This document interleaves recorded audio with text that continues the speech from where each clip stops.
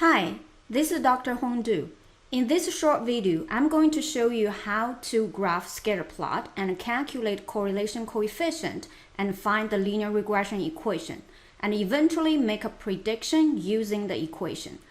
The data used here are collected from a sample of college students in a general education.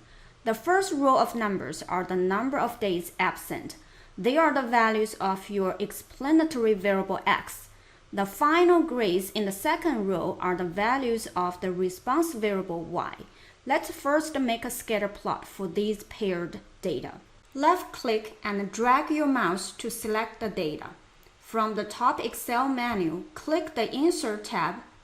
In the Charts group, click the scatter symbol and choose Scatter.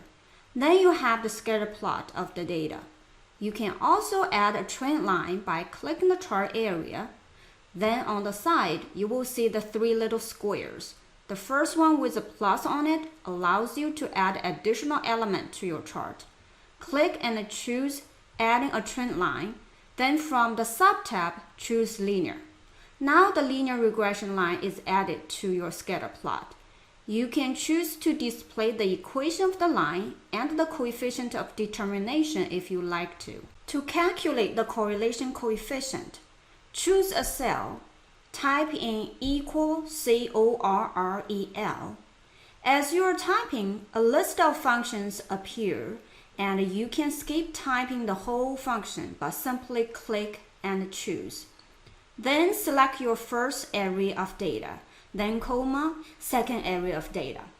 When you calculate correlation coefficient, which variable you use as array 1 and which as array 2 won't make a difference.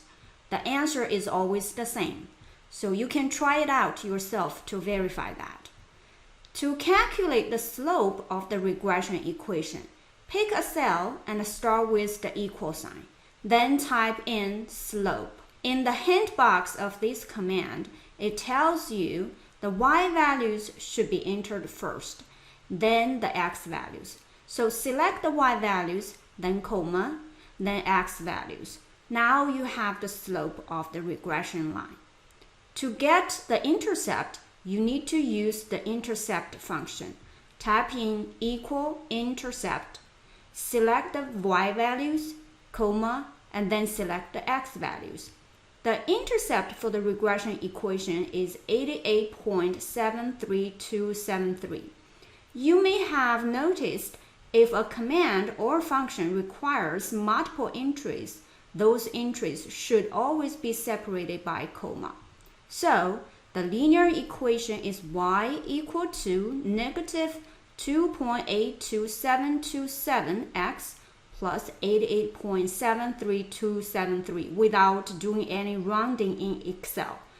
If we round the slope and intercept to whole numbers, then your equation becomes y equal to negative 3x plus 89. Lastly, let's use the equation to do prediction.